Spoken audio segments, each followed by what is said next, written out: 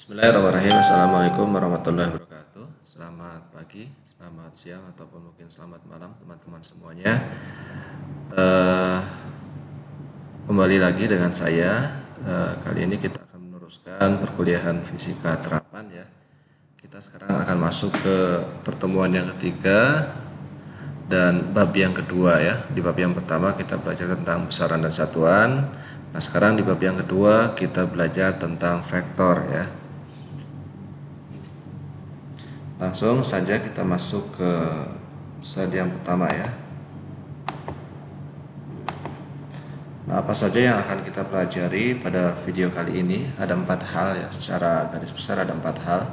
Yang pertama, kita nanti akan berkenalan tentang besaran skalar dan besaran vektor ya.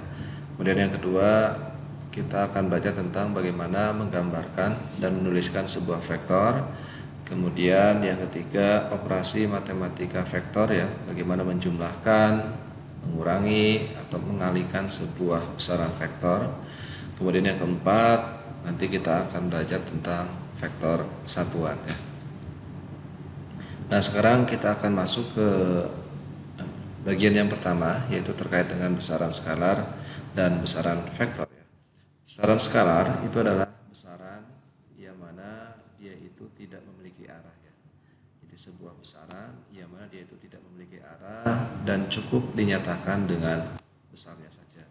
Jadi ketika kita memiliki besaran skalar, kita cukup menuliskan besarannya itu dengan menuliskan besarnya saja. Nah, adapun contoh-contoh besaran skalar, yang pertama adalah panjang ya. Panjang itu masuk ke dalam besaran skalar ya. Misalkan di sini panjang pensil ya misalkan ya. Ketika kita mengukur panjang pensil, maka hasil pengukuran kita itu berupa besaran skalar. Jadi untuk pensil itu sendiri dia tidak memiliki arah ya. Misalkan untuk kasus yang ini hasil pengukurannya adalah 6,4 cm. Kita cukup menuliskannya seperti ini, 6,4 cm. Kemudian contoh yang kedua untuk besaran skalar adalah massa ya. Massa juga besaran skalar. Dia tidak memiliki arah. Misalkan untuk yang ini massanya berapa ini? Ini ada 1 kilo, ada 200, ada 20 ya. Berarti 1220 gram atau 1,22 kg. Jadi kita cukup menuliskan hasil pengukuran massa kita dengan nilai 1,22 kilogram.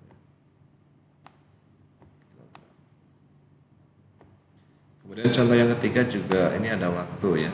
Waktu juga termasuk ke dalam besaran skalar. Dia tidak memiliki arah. Kemudian yang selanjutnya ada suhu ya. Suhu masuk ke dalam besaran skalar. Yang terakhir adalah volume.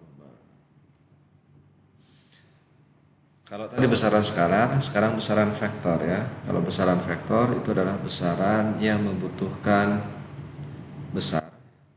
Jadi dia membutuhkan besar dan juga arah ya. Kalau tadi yang skalar itu cukup besarnya saja. Kalau vektor dia butuh besarnya dan arahnya. Untuk apa? Untuk mendeskripsikannya atau menuliskannya. Contoh dari besaran vektor itu adalah yang pertama gaya. Gaya itu masuk ke dalam besaran vektor. Apa itu gaya? Gaya itu adalah tarikan atau dorongan ya. Jadi ketika kita menarik atau mendorong benda, itu sama halnya kita memberikan gaya terhadap benda tersebut.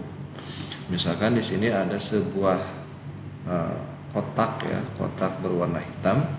Kotak ini saya kasih gaya dengan cara mendorong ya, mendorong kotak tersebut. Yang mana akibat gaya ini maka kotaknya akan bergerak ke arah kanan. Maka ketika kita diminta untuk menuliskan berapa besar gayanya, maka kita harus menuliskan gayanya diikuti dengan arahnya. Misalkan contoh penulisan besarannya seperti ini, F sama dengan 10 Newton. Berarti gaya yang saya berikan itu adalah 10 Newton ya, gayanya. besarnya adalah 10 Newton, kemudian harus diikuti dengan arahnya kemana. Untuk kasus yang ini arahnya adalah ke kanan ya. Begitu juga contoh yang lain, misalkan selain gaya di sini ada perpindahan ya. Perpindahan itu adalah perubahan posisi dari satu titik ke titik yang lain. Misalkan di sini ada mobil, dia mengalami perpindahan atau perubahan posisi ya dari titik A ke titik B. Maka untuk mendeskripsikan atau menuliskan perpindahannya, kita harus menuliskan berapa besar perpindahannya dan kemana arahnya ya. Misalkan cara penulisannya seperti ini. D perpindahan, displacement ya, disingkat D, itu sama dengan 1 km. Ini besarnya, besar perpindahannya 1 km. Kemudian arahnya kemana?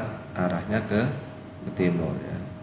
Ketika perpindahan ini hanya dituliskan besarnya saja, maka informasinya kurang lengkap ya. Nanti orang akan bertanya pindahnya dari mana ke mana gitu. Jadi harus diikuti dengan arahnya, besar dan arah. Kedua-duanya ini harus ada. Kemudian contoh yang selanjutnya di sini ada kecepatan ya, ada kecepatan dan juga percepatan. Nah, ini beberapa contoh besaran vektor ya. Ya, seperti halnya besaran skalar ya, seperti halnya besaran skalar, besaran vektor juga dapat dioperasikan secara matematika atau dijumlahkan, dikurangi ataupun dikali. Nah, tetapi ternyata operasi matematika pada vektor ya itu berbeda dengan operasi matematika pada besaran skalar. Kalau besaran skalar, operasi matematikanya itu lebih sederhana karena skalar itu nggak ada arahnya. Misalkan contohnya di sini ada dua kotak ya, yang satu 5 kilo, yang kedua 15 kilo. Maka ketika kedua kotak ini dijumlahkan atau digabung, maka nanti hasilnya, massa totalnya itu pasti ya. Hasilnya adalah 20 kg ya. Hasilnya pasti 20 kg atau hasilnya selalu sama. Selalu sama 20 kg. Nah, sekarang kalau untuk besaran vektor itu berbeda. Dia hasilnya dia tidak selalu sama. Karena apa? Karena besaran vektor itu dia ada arahnya. Kita harus meninjau arahnya juga selain besarnya. Contohnya seperti ini ya. Ini saya ambil contoh masih sama ya, terkait dengan gaya ya. Jadi ada kotak ini saya dorong dengan dua gaya yang berbeda. Yang satu adalah F1, yang kedua adalah F2. Yang F1-nya 5 Newton, F2-nya 15 Newton. Arahnya ke kanan semua. Nah, akibat dikasih gaya maka pasti si kotak ini akan bergerak ya. Nah, kalau ditanya berapa gaya totalnya, maka tinggal kita jumlahkan saja. F1-nya 5, F2-nya 5 dijumlahkan menjadi F totalnya adalah 20 Newton. Gaya total, F total ya, F tot. Gaya total yang diberikan terhadap kotaknya adalah 20 Newton. Nah, sekarang ke arah mana gaya yang diberikan? Arah gaya yang diberikan adalah ke arah kanan. Kemana benda akan bergerak? Tentunya benda akan bergerak ke arah kanan, karena kedua-duanya di sini gayanya itu ke kanan semua. Jadi bendanya pasti dia akan bergerak ke kanan. Nah, tetapi akan berbeda ketika seperti ini ya.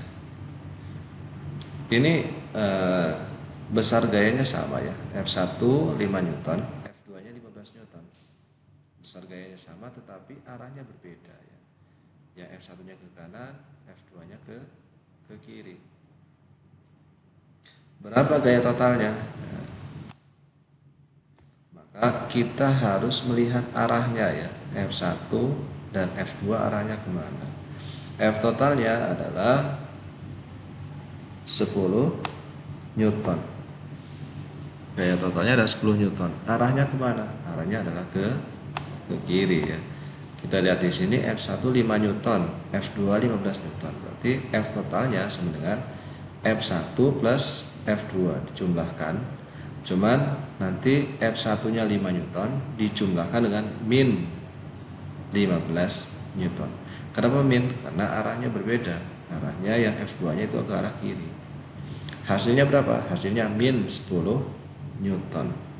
Min itu menunjukkan arah gaya totalnya itu ke arah kiri, karena tadi kita sudah mengasumsikan kalau yang arahnya ke arah kanan yang F1 ya, F1 itu positif dari ke arah kanan ya, kalau F2 nya ke arah kiri negatif.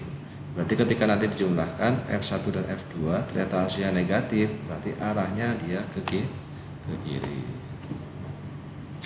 Jadi untuk besaran vektor itu berbeda ya, berbeda operasi matematikanya. Karena apa? Karena kita harus meninjau arahnya juga. Walaupun sama-sama dijumlah, kita harus lihat arahnya.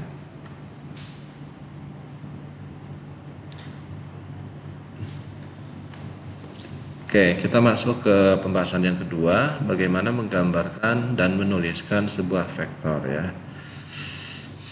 Misalkan di sini ada vektor PQ ya. Vektor PQ. Vektor PQ. Nah, di sini saya ingin menuliskan bagian-bagian dari vektor PQ.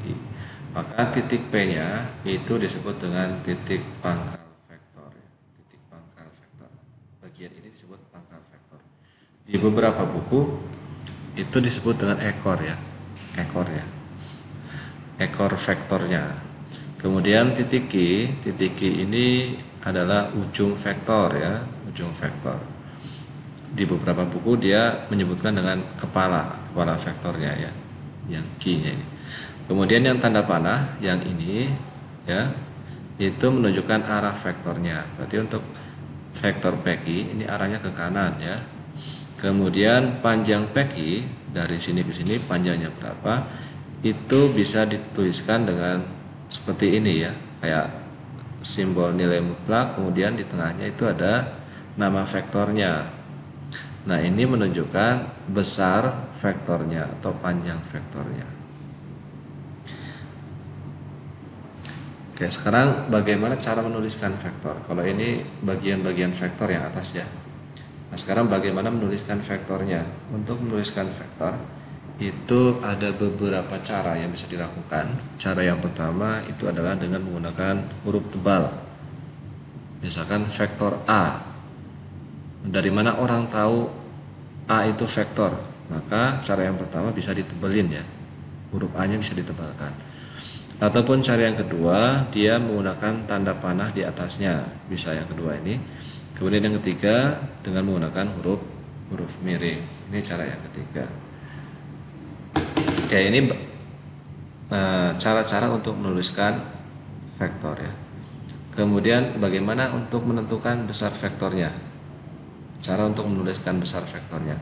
Untuk menuliskan besar vektor kita bisa tulis seperti ini ya, seperti ya yang di atas ini tadi. Jadi ada nilai mutlak, kemudian di tengahnya ada nama vektornya. Catatan untuk selanjutnya notasi vektor yang digunakan huruf tebal. Jadi dalam presentasi ini saya akan menggunakan penulisan vektor yang pertama ya. Jadi nanti ketika teman-teman melihat ada huruf yang ditebalkan, ada kemungkinan itu adalah besaran vektor. Nah, di sini ada catatan ya. Jadi vektor itu, dua buah vektor itu dikatakan sama ketika apa? Ketika dia memiliki besar dan arah yang sama. Besar dan arah yang sama. Seperti yang nomor A ya, yang bagian A ini ya. Vektor A dan B itu sama karena apa? Dia memiliki besar dan arah yang sama. Arah dan besar yang sama. Vektor A 2 satuan, vektor B juga sama 2 satuan. Keduanya arahnya sama-sama ke kanan. Sehingga vektor A itu sama dengan vektor B. Jadi ini ada dua hal yang harus dipenuhi ketika dua buah vektor itu dikatakan sama. Kalau salah satu tidak terpenuhi atau bahkan semuanya tidak terpenuhi, maka vektornya itu tidak sama. Itu ada di ilustrasi nomor 1, 2, dan 3 ya. Nomor 1 ini dia besarnya sama tetapi arahnya berbeda. Untuk yang nomor 2 ini arahnya sama tetapi besarnya berbeda. Untuk yang nomor 3 ini besar dan arahnya berbeda. Ketiga-tiganya dia vektornya A dan B-nya tidak sama. Tidak sama.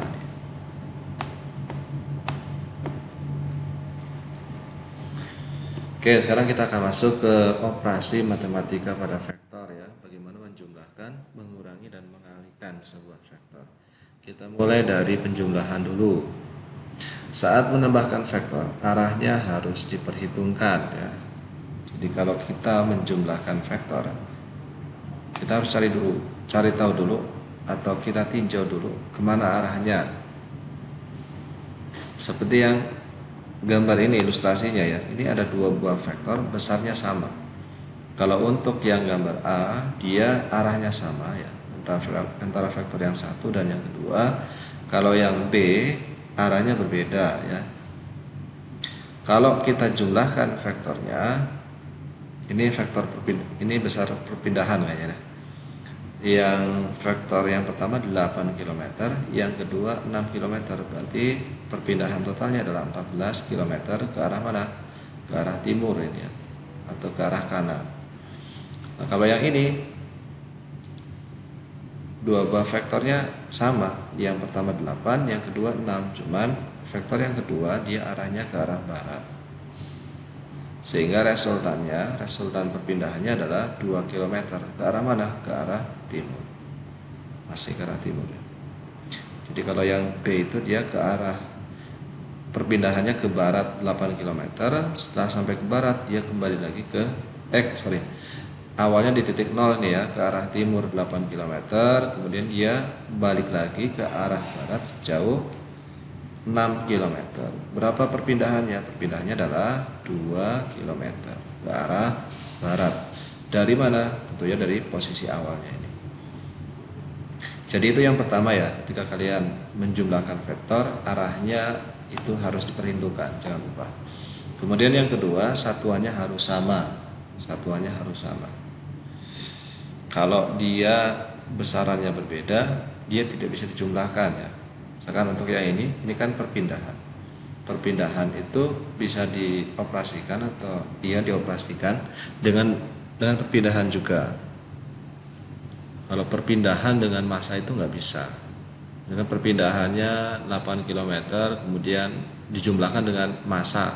Massa kan besarannya beda. Kalau besarannya berbeda, satuannya berbeda. Jadi tidak bisa dioperasikan. Dalam hal ini satuannya harus sama. Kemudian untuk menjumlahkan itu ada beberapa metode yang bisa digunakan.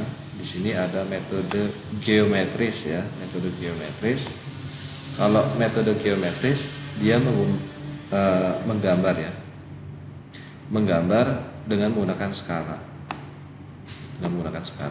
Jadi kita harus menggambar, kemudian panjang vektornya itu harus sesuai dengan skalanya. Kemudian bisa juga vektor itu dihitung dengan menggunakan metode uraian ya. Jadi vektornya diuraikan terhadap sumbu X dan sumbu Y. Nanti bisa didapatkan berapa resultannya atau nilai total vektornya. Oke, sekarang kita masuk ke metode yang pertama ya, metode geometris dengan cara menggambar. Ada beberapa metode yang bisa digunakan untuk metode geometris. Yang pertama jejar genjang, yang kedua segitiga, yang ketiga adalah poligon atau segi banyak. Kalau metode jejar genjang ini sesuai dengan namanya, jadi vektornya itu dibuat seperti, bukan dibuat ya, nanti akan berbentuk sebuah bangunan yang berbentuk jejar genjang, jadi namanya metode jejar genjang. Bagaimana caranya? Misalkan di sini ada vektor A dijumlahkan dengan vektor B ya. Maka untuk metode jejar genjang caranya adalah yang pertama kalian gambar dulu vektor A ya. Kalian gambar dulu vektor A tanpa merubah arahnya, tanpa merubah arah dan besarnya. Jadi besarnya harus sama seperti yang di sini. Gambar dulu vektor A, setelah itu kalian himpitkan ya, himpitkan kedua pangkal dari vektor A dan vektor B seperti ini ya. Kemudian setelah itu vektor A-nya saya pindah ke sini ya. Ini vektor bayangan. Untuk vektor A, vektor B juga sama ya. Saya pindah ke sini. Kemudian setelah itu tarik garis dari sini sampai ke sini. Nah, seperti ini. Maka nanti akan diperoleh vektor hasil penjumlahan antara A dengan B ya. Jadi ini bentuknya kan kayak jajar genjang ya. Makanya namanya metode jajar genjang. Nah, sekarang kalau yang ditanyakan berapa besar vektornya, ya tinggal kalian ukur saja dari sini sampai ke sini panjangnya berapa. Itu adalah besar vektornya. Kemana arahnya? Arahnya ya ke sana ya. Kalau kalian ingin tahu berapa sudutnya ya harus kalian gambar dulu menggunakan koordinat kartesian ya. Kemudian metode yang kedua adalah metode segitiga. Jadi sesuai dengan namanya, sesuai dengan namanya ya. Jadi kedua buah vektor ini, vektor A dan vektor B, itu dia nanti akan dibentuk seperti segitiga. Caranya seperti apa? Yang pertama gambar dulu vektor A-nya. Kemudian setelah itu letakkan vektor B ya, letakkan vektor B pada ujung dari vektor A. Kemudian setelah itu tarik garis dari pangkal vektor A ke ujung dari vektor B. Jadinya seperti ini, bentuknya segitiga ya. Ini juga sama ya. Berapa kalau ditanya berapa besar vektor C-nya, kalian ukur ya dari sini ke sini berapa panjangnya, arahnya kemana? Arahnya ya ke arah sini ya. Oke, itu metode segitiga. Kemudian yang selanjutnya adalah metode poligon atau segi banyak ya. Metode ini digunakan untuk menjumlahkan vektor yang lebih banyak, lebih dari 2 ya. Contohnya misalkan di sini ada 4 buah vektor, vektor A, B, C, dan D. Ini masing-masing dia punya besar dan arah yang berbeda. Ketika keempat vektor ini dijumlahkan, ketika 4 buah vektor ini dijumlahkan, maka caranya adalah yang pertama kita letakkan dulu vektor A-nya, kemudian setelah itu kita gambar vektor B-nya ya, tanpa merubah besar dan arahnya. Berarti ini saya pindah ke sini ya. Kemudian sama juga untuk vektor C ya, yang ini saya pindah ke sini ya, tanpa merubah besar dan arahnya. Yang D juga sama. Kemudian setelah itu tarik garis dari pangkal vektor A dari sini ya sampai ke ujung dari vektor D. Maka nanti akan kita peroleh hasil penjumlahan keempat vektor ini. A dijumlahkan dengan B, dijumlahkan dengan C, dijumlahkan dengan D. Itu tadi namanya metode poligon. Nah, di sini ada beberapa catatan terkait dengan penjumlahan vektor ya. Yang pertama, vektor yang dijumlahkan itu mematuhi hukum komutatif. Jadi kalau kita tukar posisinya A plus B, itu nilainya akan sama ketika B dijumlahkan dengan A. Jadi A plus B sama dengan B plus A. Hukum komutatif itu apa? Hukum komutatif itu menunjukkan bahwa urutan penambahan vektor ya, urutan penambahan vektor dia tidak mempengaruhi hasil. Itu namanya hukum komutatif.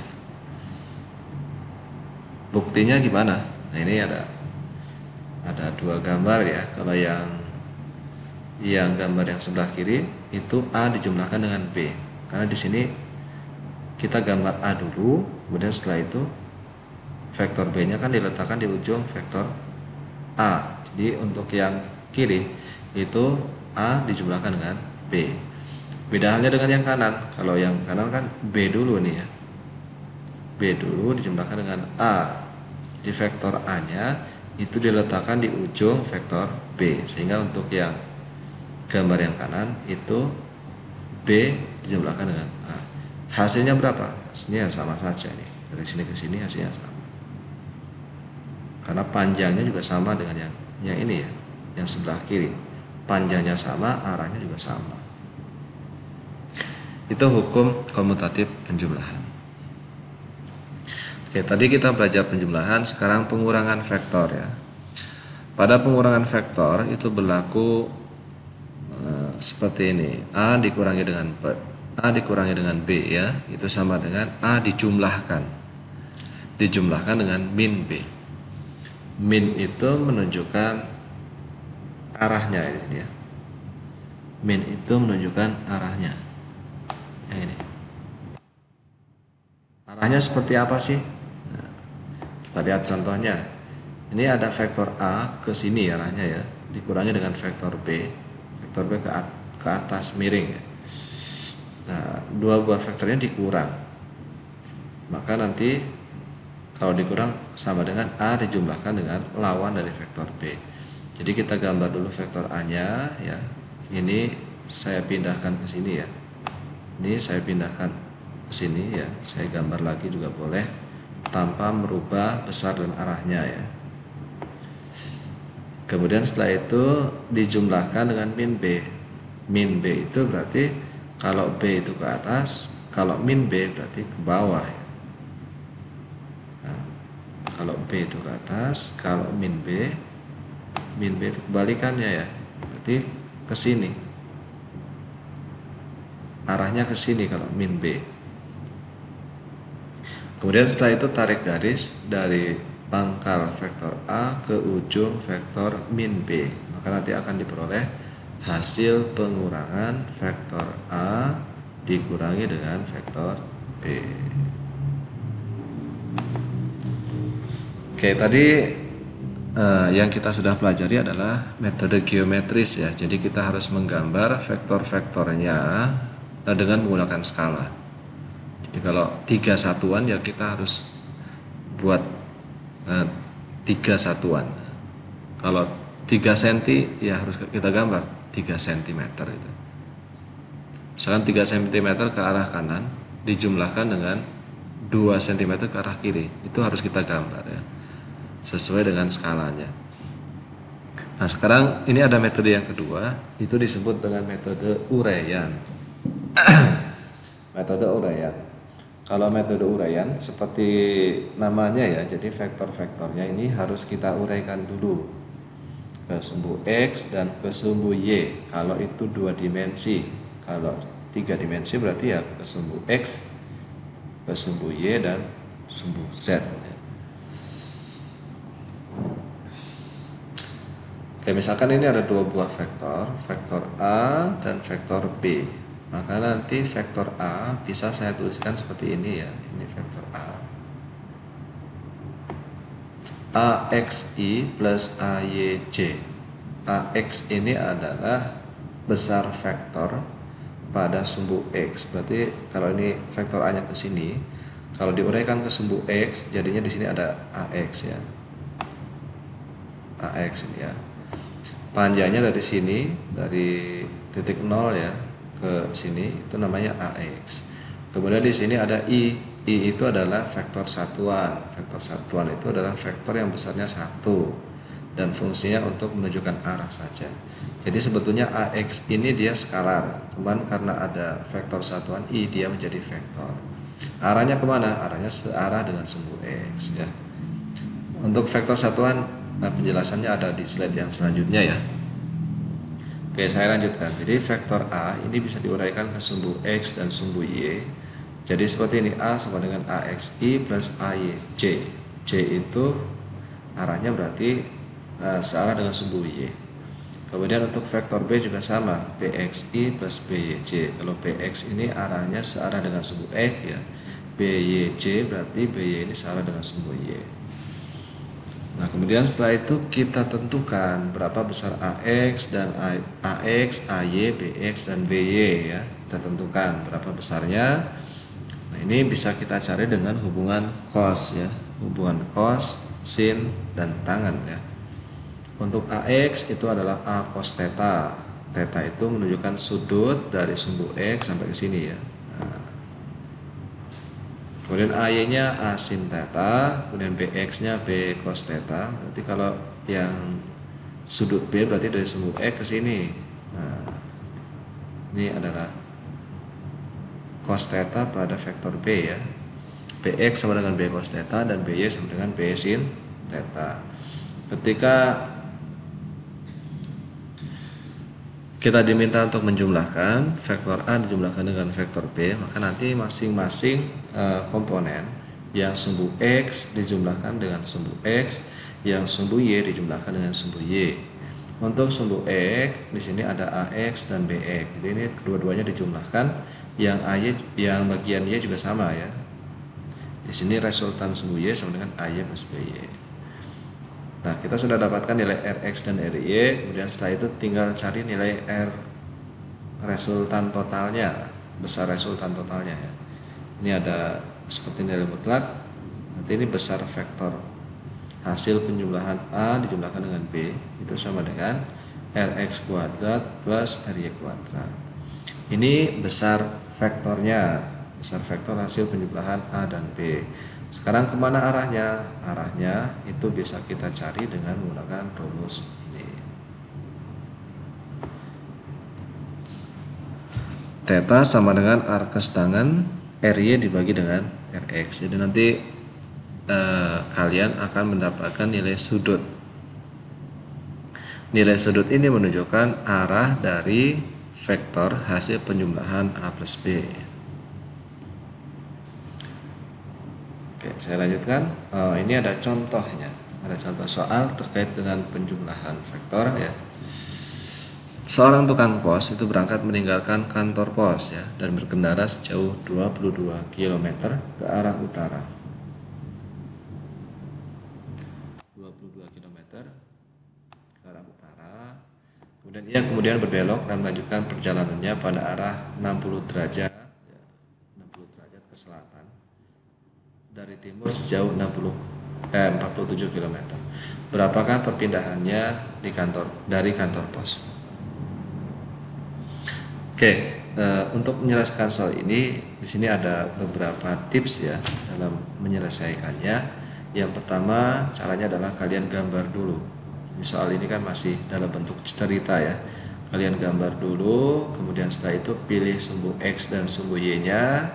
Setelah itu uraikan vektor terhadap sumbu X dan sumbu Y-nya, diuraikan. Kemudian yang keempat itu hitung setiap komponen. Bila belum diketahui, gunakan fungsi sinus dan kosinus ya. Kemudian setelah itu jumlahkan setiap komponen X dan komponen Y, dan yang keenam adalah tentukan besar dan arah vektor resultannya. Nah, yang ini itu sebetulnya slide yang sebelumnya yang ini ya. Jadi secara garis besar langkah-langkahnya untuk menyelesaikan adalah dengan mengikuti urutan-urutan ini dari 1 sampai dengan 6. Berarti ini adalah tips penyelesaian untuk metode uraian ya, untuk metode uraian. Kalau metode geometris gimana? Metode geometris juga bisa ya. Berarti kalian harus gambar. Kan ini ada di gambar C. Ini kan tukang posnya bergerak dari kantor pos, berarti dari tengah ini ya, dari titik pusat ke arah utara. Ke arah utara berarti ke atas ya, atas utara, bawah selatan ya, kiri itu barat, kanan adalah timur ya.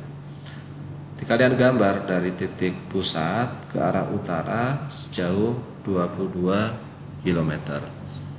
Kalau gambar 22 km kan tidak mungkin ya, berarti kalian harus menggunakan skala perbandingan seperti yang ada di peta itu ya.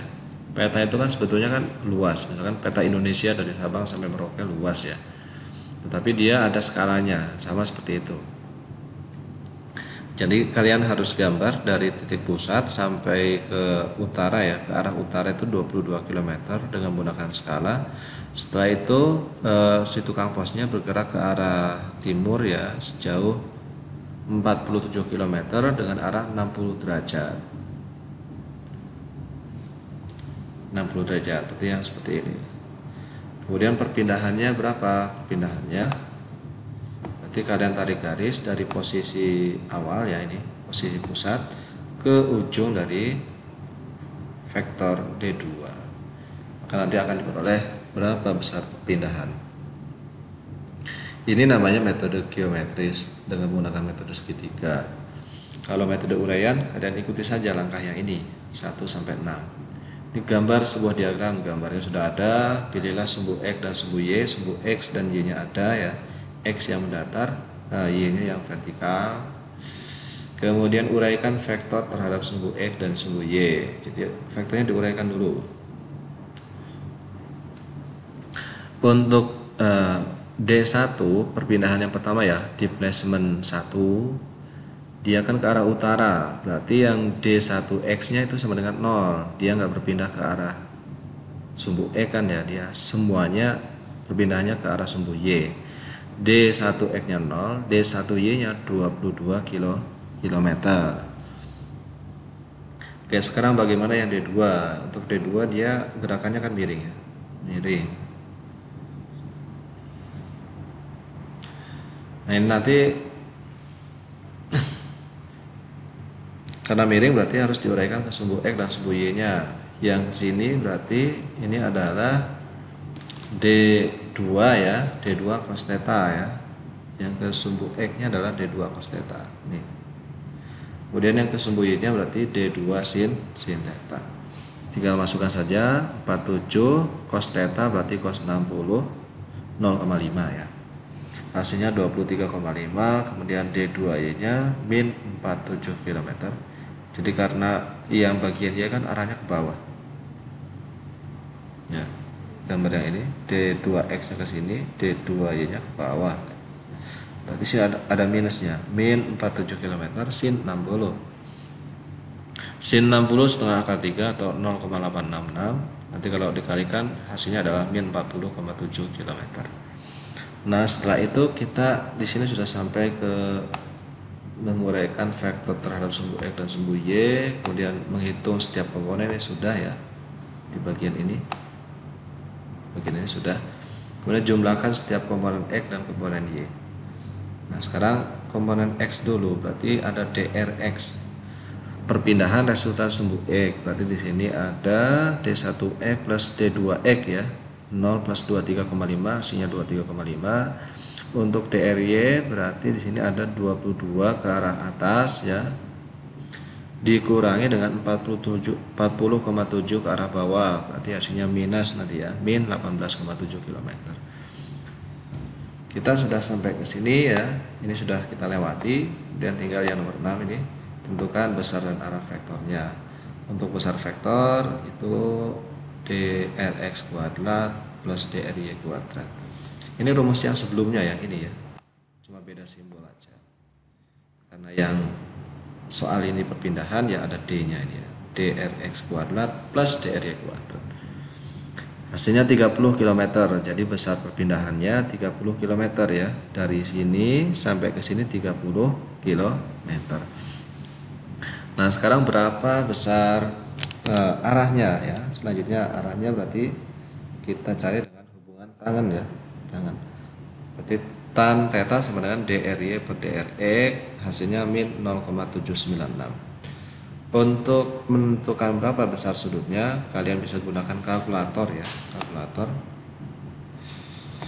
Kemudian kalian cari simbol inverse tan ya, INV spasi tan atau ARC tan, arcs tan ya. Atau kalau nggak ada dua itu ya tan pangkat min 1. Cari yang simbol seperti ini, kemudian masukkan nilainya ya, masukkan nilainya yang ini. Kemudian setelah itu kalian akan dapatkan berapa besar sudutnya. Nah ini nanti menunjukkan arah vektornya. Kalau untuk soal ini berarti arah perpindahannya. Di sini ada minus, berarti arah perpindahannya adalah dari sumbu X ke sini ya. Ini tetanya adalah min 38,5. Nah biasanya di dalam koordinat kartesian sudut itu dia dimulai dari sumbu X ya. Jadi patokannya sumbu X. Kemudian arahnya berlawanan dengan jarum jam ya ke sini. maka nanti sudutnya positif. Misalkan dari sini ke sini 90 kan ya, dari sini ke sini 180. Tapi kalau dari sini ke sini itu min 90. Nah, sekarang kalau dari sini ke sini berarti min 38,5. Oke, kita sudah belajar penjumlahan dan pengurangan ya. Sekarang kita masuk ke perkalian vektor. Untuk perkalian vektor, di sini bisa ada beberapa kemungkinan. Yang pertama adalah perkalian skalar dengan vektor ya. Jadi ada besaran skalar dikalikan dengan vektor. Bisa juga besaran vektor dikalikan dengan vektor. Untuk vektor yang dikalikan dengan vektor, maka nanti bisa jadi perkaliannya itu berupa perkalian titik atau dot product atau perkalian silang atau cross product. Apa itu dot product dan cross product? Kita akan bahas di slide yang selanjutnya. Kita mulai dengan yang skalar dikalikan dengan vektor dulu ya. Ketika ada besaran skalar ya, dikalikan dengan besaran vektor, maka nanti hasilnya adalah besaran vektor. Hasilnya adalah besaran vektor. Misalkan C sama dengan K kali A. C ini ditebalin berarti C-nya vektor. Sama dengan K, ini skalar ya. Nggak ditebelin berarti skalar, dikali A ini vektor. Jadi nanti hasilnya adalah vektor. Vektor C itu merupakan hasil perkalian antara skalar K dengan vektor A. Nah, sekarang di sini ada catatan, jika K itu positif ya, maka arah C itu searah dengan A. Kalau negatif, maka arah C hasil perkaliannya ya, vektor hasil perkalian itu berlawanan dengan vektor A. Jadi arah perkalian, arah besaran baru hasil perkalian skalar dan vektor itu bisa searah, bisa berlawanan. Searah ketika yang skalar itu positif ya, kemudian berlawanan ketika yang skalar itu negatif. Misalkan itu contohnya yang K-nya sama dengan 3, berarti K-nya positif ya, dikalikan dengan A itu besarnya satu satuan, maka nanti hasilnya adalah 3A, 3 satuan, besarnya 3 satuan searah dengan vektor A ya. Kalau kita lihat di sini,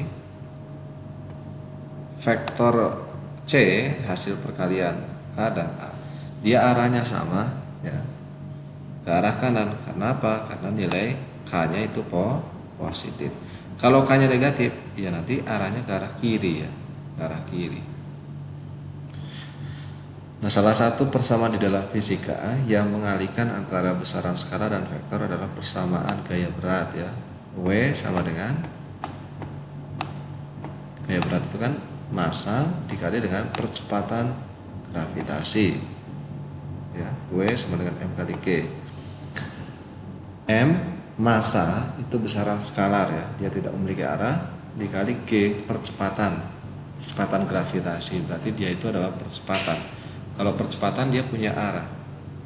Untuk percepatan gravitasi arahnya kemana? Arahnya selalu menuju pusat bumi ya.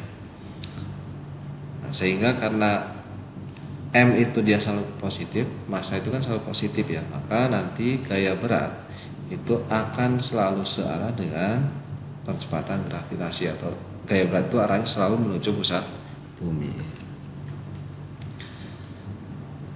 Oke, tadi perkalian skalar dan vektor. Sekarang kita masuk ke perkalian vektor dengan vektor ya. Untuk vektor dengan vektor, yang pertama adalah perkalian titik atau dot product. Kalau dot product hasilnya skalar, dia hanya punya besar saja. Bagaimana cara menuliskannya? Misalkan vektor A didotkan dengan vektor B ya, dikalikan titik dengan vektor B, maka kita bisa tuliskan seperti ini ya. Ada simbol titik. Ini bacanya A dot B sama dengan C. C itu nanti hasilnya skalar. Berapa besar C?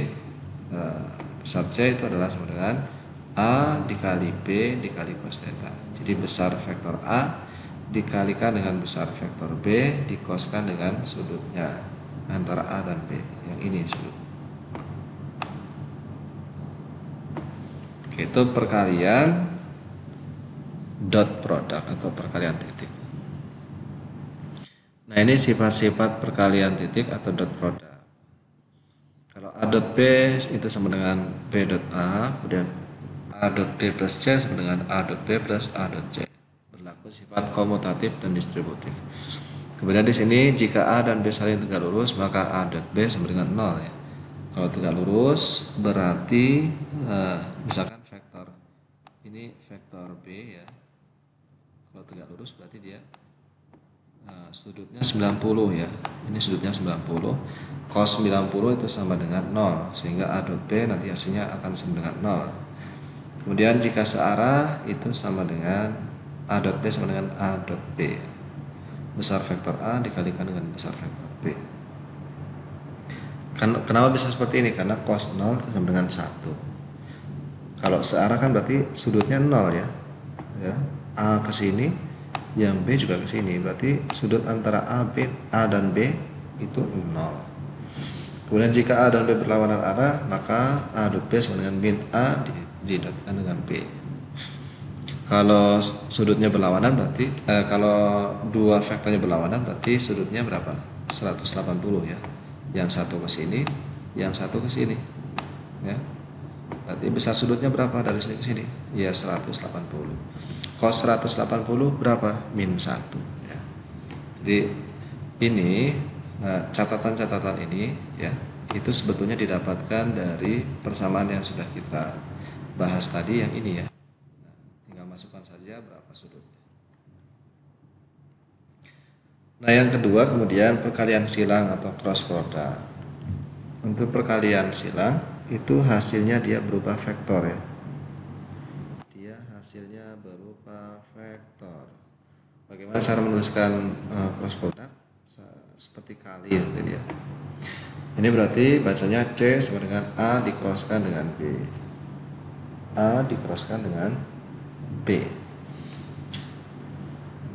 Nah, untuk menentukan besarnya dulu. Ketika dua buah vektor dikroskan, A dikroskan dengan B, untuk menentukan besarnya itu bisa menggunakan rumus ini ya. Besar vektor A dikalikan dengan besar vektor B disingkat dengan sudutnya, sudut antara A dan B.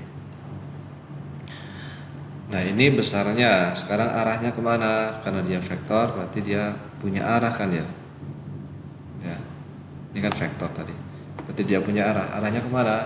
Arahnya dapat ditentukan dengan aturan tangan kanan ya. Bisa seperti ini ya. Jadi jari-jarinya, kepala jari itu menunjukkan arah perkaliannya. Di sini kan A dikroskan dengan B. Berarti kepala jari ini diposisikan A dulu baru B. Kalau B cross A gimana? Ya tinggal diputar aja jarinya. Nah, sekarang kalau A dikroskan dengan B berarti seperti ini. Jadi kepala jari ini menunjukkan perkalian vektornya. Kalau vektor A di sini, B di sini berarti sudah benar di posisinya ya. Maka nanti vektor C-nya itu mengikuti arah dari jempolnya, arah jempol. Arahnya ke atas. Nah, sekarang kalau B cross A gimana? Ya bisa kalian gunakan aturan tangan kanan ini ya. Bisa juga seperti ini ya, yang sebelah kanan dia. Cuman akan sulit. Kalian ingat-ingat yang ini aja. Tapi kalau B dikroskan dengan A, ya berlawanan dengan yang sebelumnya. Kalau A cross B ke atas, kalau B cross A berarti ya ke bawah, ya, kebalikannya. Nah, di sini ada sifat-sifat untuk perkalian cross. Yang pertama tidak komutatif ya. A cross B itu ini simbolnya hilang, tidak sama dengan B cross A. Karena apa? Karena berbeda arahnya. Kalau besarnya sama, arahnya berbeda. Seperti yang ada di sini tadi ya. Kalau A cross B itu ke atas, kalau B cross A ke bawah. Kemudian jika A dan B saling tegak lurus, maka A cross B sama dengan B cross A. Yang ketiga, jika AB dan B searah dan melawan arah, maka A cross B itu sama dengan 0. Ini sama dengan 0 ya, bukan tidak sama dengan. Misal.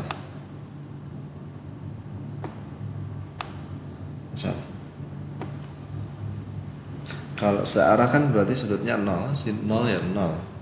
Berlawanan berarti sudutnya 180, sin 180 ya 0. Oke, sekarang kita masuk ke vektor satuan ya. Vektor satuan itu adalah vektor yang besarnya adalah satu satuan.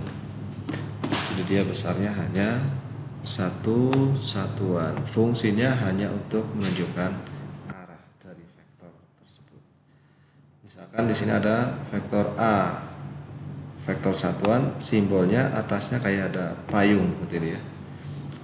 Berapa vektor satuan A? Tinggal kalian bagi saja antara besar vektornya, antara vektor A-nya dibagi dengan besar vektor A-nya. Oke, misalkan ini ya, ini ada vektor A dalam koordinat 3 dimensi ya. Berarti nanti vektor A-nya ini bisa diuraikan ke sumbu X, Y, dan Z. Kalau untuk sumbu X, maka ada yang disebut dengan vektor satuan I.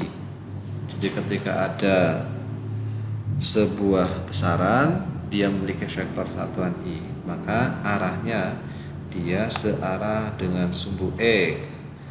Kalau J dia searah dengan sumbu Y. Kalau K searah dengan sumbu Z. Kalau yang ini ya, yang ini yang atas, berarti nanti vektor satuannya searah dengan vektor A, searah ini. Sorry, ini harusnya lurus ya. Searah dengan A. Nah, ini sifat-sifat perkalian titik atau dot product ya. I dot I sama dengan J dot J sama dengan K dot K sama dengan 1 ya. Jadi ketika vektor satuannya sama, maka nanti kalau dikalikan hasilnya 1. Kalau vektor satuannya berbeda, hasilnya 0 ya. Kalau cross product dia kalau vektor satuannya sama, hasilnya 0, kebalikannya ya. Kalau berbeda, vektor satuannya berbeda, maka nanti hasilnya adalah vektor satuan yang lain. Tadi kan ada sumbu X, sumbu Y, dan sumbu Z. Kalau sumbu X itu I, Y itu J, kemudian Z itu K. Kalau I dikeraskan dengan J, I dikeraskan dengan J, ini ada tanda panah. Tanda panah ya. I ke J, J ke K, K ke I. Kalau I dikeraskan dengan J, maka nanti hasilnya adalah K. J cross K, I, K cross I, J. Kalau I cross A, misalkan I dikeraskan dengan K, maka nanti hasilnya J, tetapi dia ada negatifnya ya. Karena apa? Karena arahnya berlawanan dengan tanda panah ini ya. I dikeraskan dengan K, hasilnya min J. J dikeraskan dengan I, J dikeraskan dengan I, hasilnya min K, dan seterusnya. Oke, kita masuk ke contoh soal saja. Dua buah besaran vektor A 2I plus 3J dan B min I, itu min I ya, plus 2J. Tentukanlah besar perkalian dot A dot B dan sudut yang dibentuk antara vektor A dan vektor B. Untuk A dot B ini tinggal kita tulis saja vektor A dan vektor B nya, dan setelah itu kita kalikan dengan cara mengalihkan satu-satu nih ya. Ke sini dulu kalau sudah, ke sini ya. Oke, kalau sudah selesai berarti tinggal yang ini ya.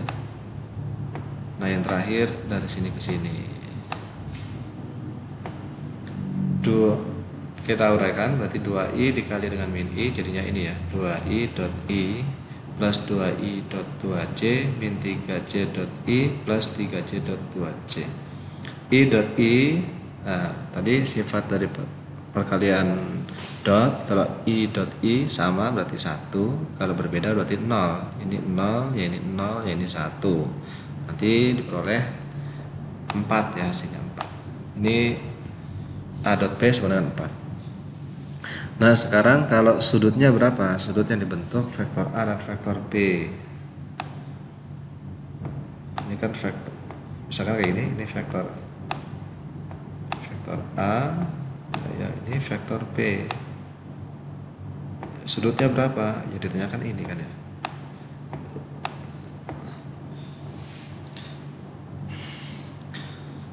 Untuk menentukan besar sudutnya kita gunakan rumus yang tadi, yang ini ya.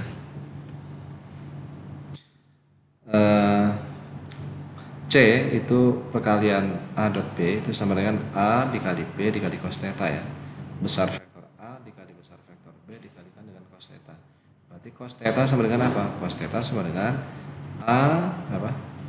C. C ini berarti yang ini ya. A dot B nya dibagi dengan besar vektor A dikali dengan besar vektor B. Oke, kita balik lagi ke soal. Nah, berarti ini langsung rumus jadi ya. Rumus jadinya A dot B nya ini sudah kita dapatkan tadi 4 nilainya.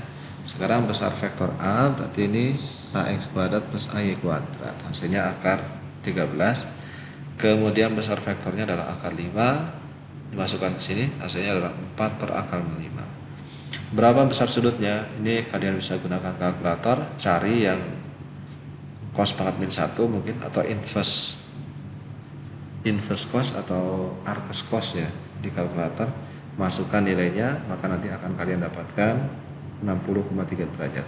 Jadi nilai theta di sini adalah ya 60,3 ya. 0,3 derajat. Ini sorry ya, tulisannya nggak rapi.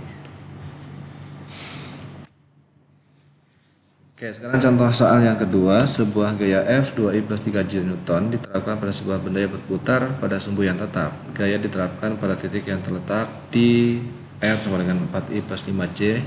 Tentukan torsi yang ditetapkan pada objek. Jadi di sini ada gaya ya. Gaya itu diberikan pada koordinat 4I plus 3J, yang ditanyakan adalah torsinya.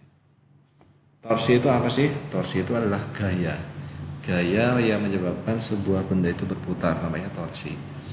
Torsi itu diperoleh dari hasil perkalian gaya dikalikan dengan lengan gaya, dikalikan secara cross ya, dikalikan secara silang. Jadi gayanya adalah F, lengan gayanya adalah R. R dikrosskan dengan F. Tinggal kalian masukkan saja untuk R dan F nya. Ini cara ngalinya sama seperti yang tadi ya. Jadi kalian kali satu-satu ke sini, setelah itu ke sini, yang terakhir ke sini. Jadilah yang seperti ini. Jadi yang seperti ini ya. Kemudian setelah itu kalian ingat lagi sifat perkalian cross unit vektornya. Kalau unit vektornya sama, maka nanti hasilnya 0. Kalau berbeda, maka nanti unit vektornya adalah unit vektor yang lain. I cross J berarti nanti hasilnya K ya. Ini hasilnya K. 4 kali 3 12K. Kemudian ini J cross I berarti min K nih. 5 kali 2 10 berarti min 10K plus 0. Ini J cross J 0. Hasilnya adalah 2K Newton meter. Nah, berarti torsinya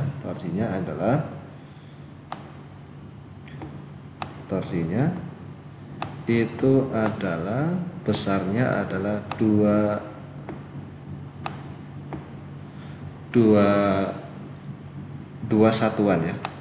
2 satuan berarti kalau ini satu satuan 2 satuan ya. K berarti sumbu Z. Ini ya, sumbu Z. Ini sumbu X, ini sumbu ya. Berarti nanti torsinya besarnya adalah 2 ya, 2 satuan, 2 Newton meter. Kemudian arahnya dia searah dengan sumbu Z.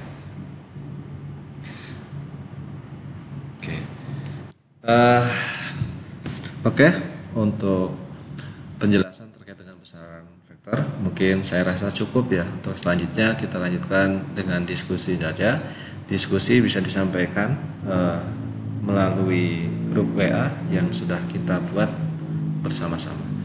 Terima kasih, mohon maaf atas segala kekurangan dan kesalahannya. Wassalamualaikum warahmatullahi wabarakatuh.